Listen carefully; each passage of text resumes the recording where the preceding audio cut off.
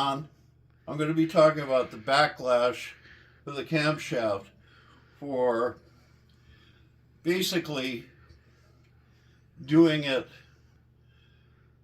so it's easier for a shop to do it. What I did was I ground the crankshaft down just slightly so the gears fit. And the reason why I did that is because the steel gear is a plus and a minus as well. Now the backlash on here is still fairly tight, but that gear does work. I've done several. That one is a 0. This one is a +1. So this one works pretty good. If it was probably cleaned up, it would probably work, but it is a little tight.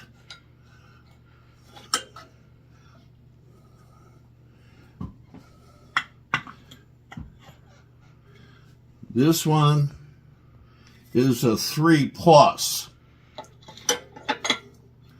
That one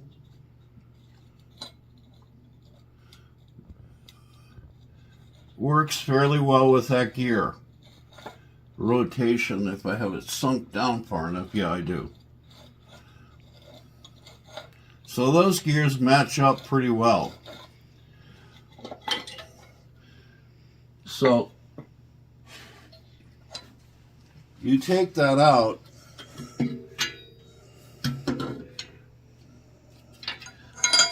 just slides off, and then you can switch gears. This one here is a different size.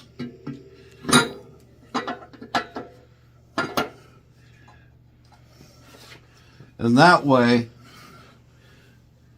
you can switch those gears because these are different sizes. They're just not marked. And you can drop in the 0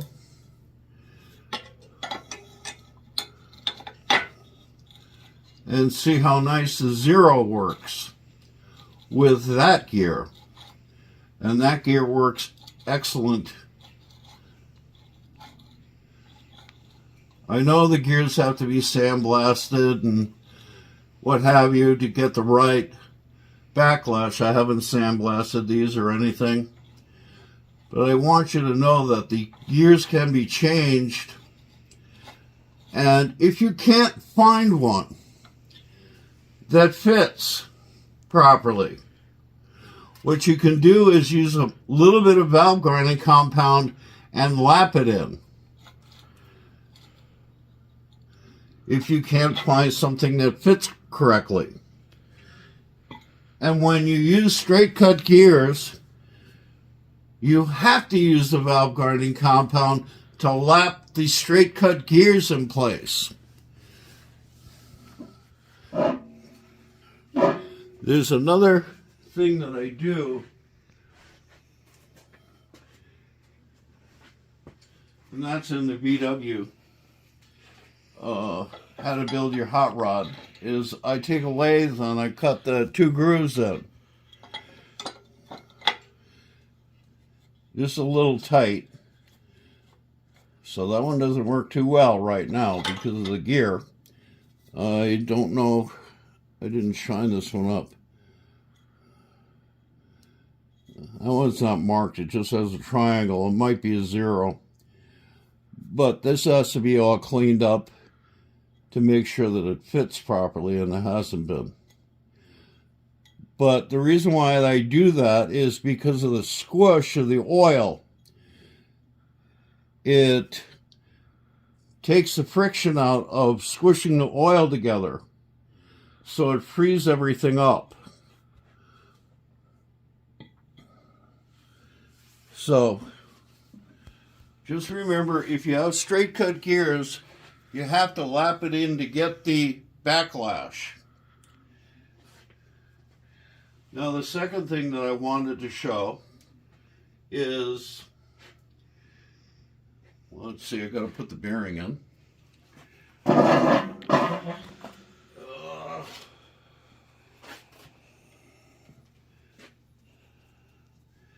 Putting the bearing in on the back. Whoops.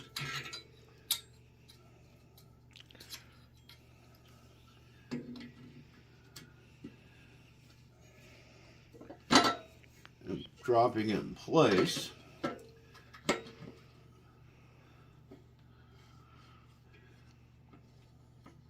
There we go. Dropped in. And setting the flywheel end play. What I used to do is I used to take all the studs out except for the big ones and then lift the case off and put it back on as I set the flywheel end play. I don't have to do that any longer. I cut a case and I drop this on. Oops, wrong way around.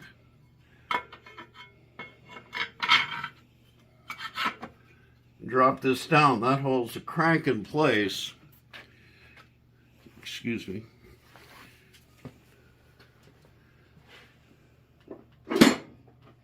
Ugh. You don't even have to have the dial indicator. You don't even have to have the dowel pins in when you're doing a stock motor. Now, I can set the flywheel end play with a feeler gauge because nothing is in the way.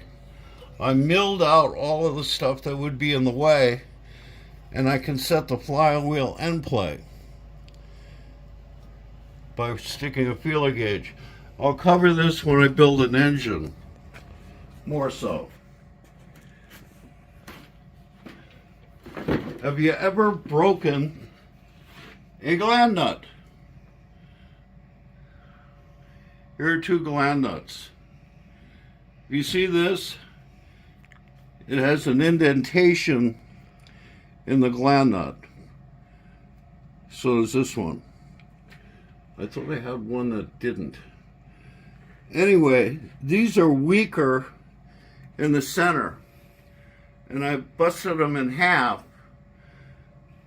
These usually come in the newer engines after torquing it down. If it does break off, it spins right out. There's no problem with that. Impy,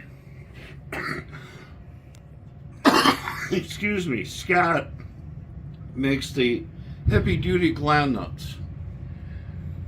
Make sure that you get the proper one, because if it's an Scat crank, it's tapped deeper, and their gland nut is longer. So you can't set the flywheel end play because the nut bottoms out, and you have so much end play. It has to be cut shorter because it bottoms out on the crank. You have to buy the correct one for the stock VW crank because you don't have a Scat crank.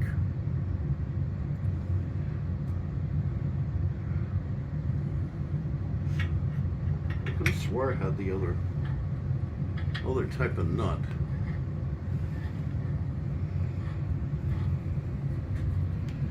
I'm going to look in the cabinet here.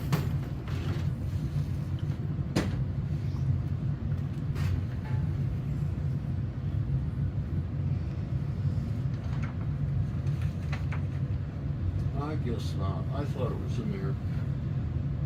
So anyway, I'll cover that later, but at least you know that that exists. And when this is cut down, you cannot use the keyway because the key is part of the press. Using a stock pulley high performance cam, I usually use the Allen screws. They're 1/2 inch long and they work really well on torquing them down.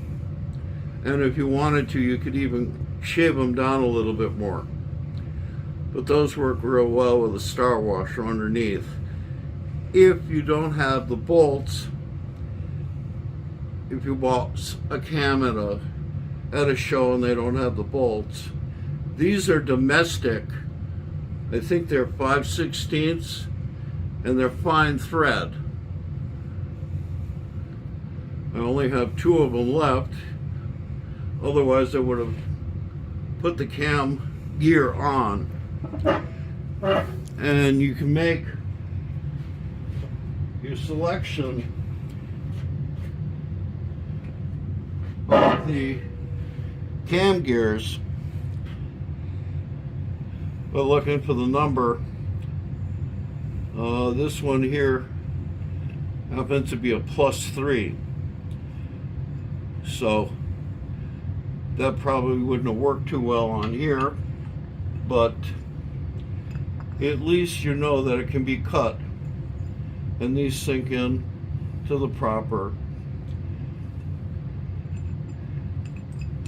depth. So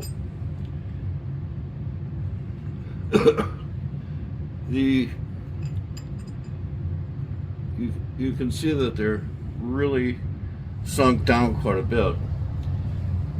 I cut these off of a stock camshaft, drill a hole, and then spot face it so they work really nice and they're tight and what have you.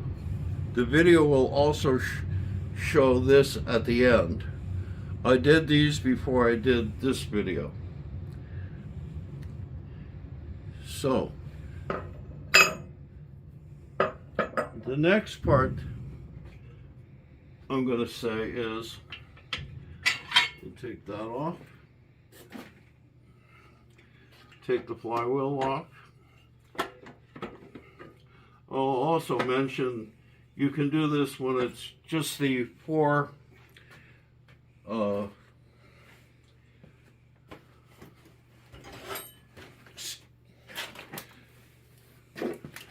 8mm studs. If you have an 8 stud configuration on the flywheel and crankshaft, you have to use a puller to get it off. This plate, I put the bolt in that way, but it's put in this way so the whole thing pulls off. Not 2 screwdrivers and wiggle it back and forth, because all you're doing is egg shaping the dowel pins, holes in the flywheel.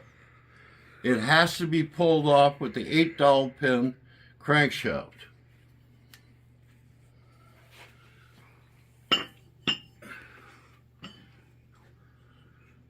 Then we'll get the flywheel off. Oh, I have the nut on there. There we go. Put that down.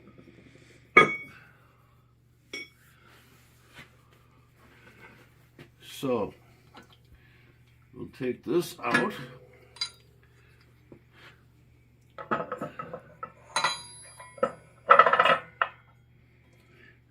You'll notice that there's a split bearing next to the gears. There's also a hole in this particular case so you can put the split bearing on the opposite side. A lot of cases don't have that. The reason why they have that is so you can put double split bearings in. And most of the engines that I took apart first that had this, and some people do the modification ready, were industrial engines.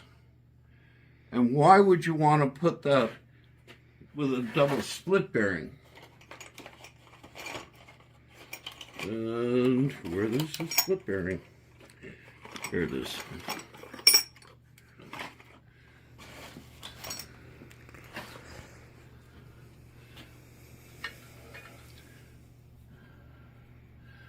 The double split bearing, you're pushing it in. I'm not going to push it into the case, but you're pushing it in, and it kind of collapses on itself a little bit. Instead of the round bearing that doesn't push in. So it's a little bit better clamp or pinch, you could call it. Plus the fact that they're steel backed. This is an aluminum bearing.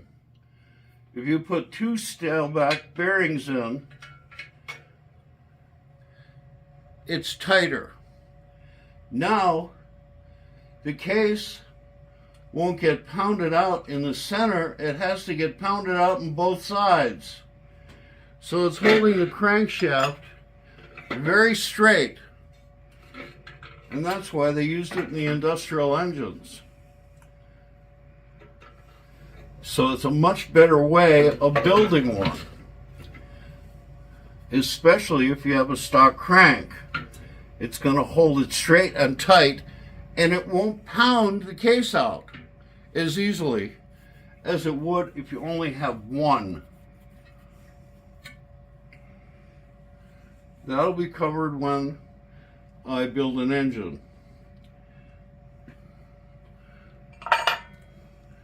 I certainly hope that you got something out of it that's worthwhile. I'll show how to drill that. A 7.5 inch millimeter, 7.5 millimeter drill bit.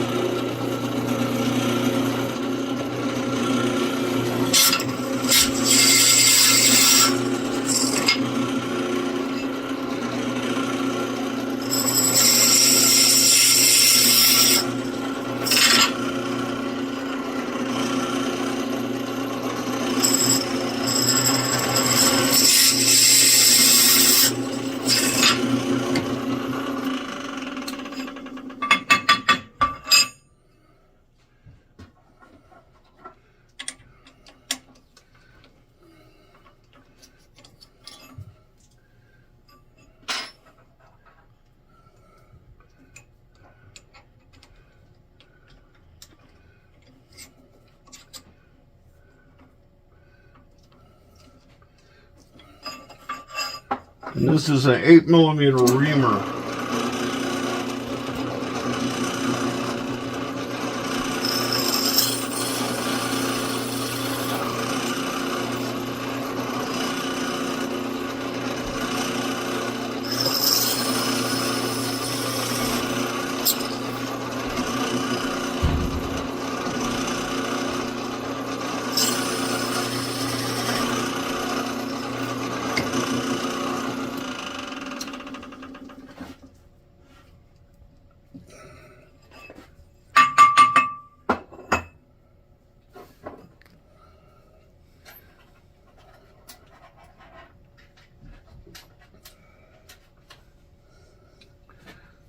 Now I'm putting this spot facer in, and I don't like this too much, but I got to make sure that the cutter stays tight.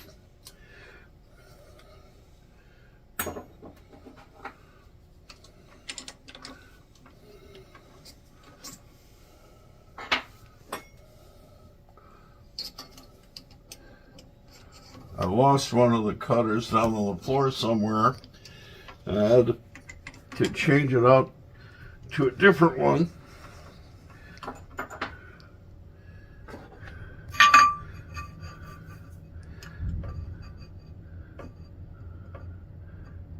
This is setting for depth of cut.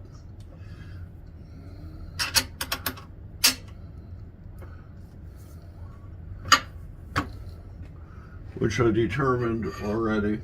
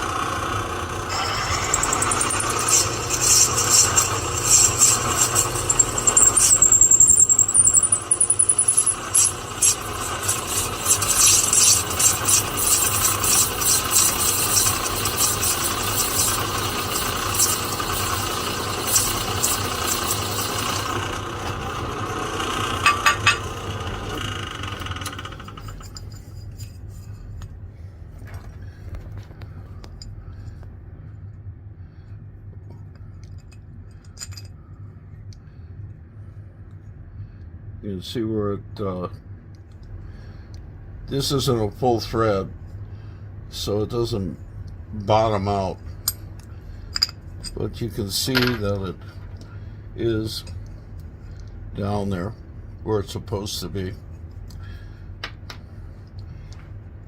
I'll go in here and I'll use a countersink on all three of the units later, but you can see how it's done.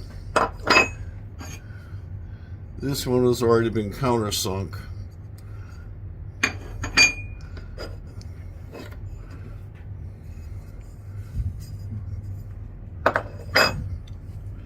Okay, that's it. Hole later on as well. And I have other videos that I will show later. I'm getting closer to get the shop cleaned up. I took out the 8-foot lights like I have on the other side of the shop, and put in the 4-bulb all the way across.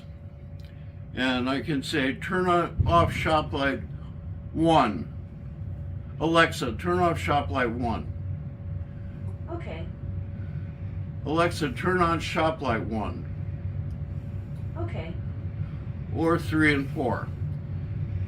So they're controlled by my voice if I want to turn whichever one on, or turn them off all at the same time.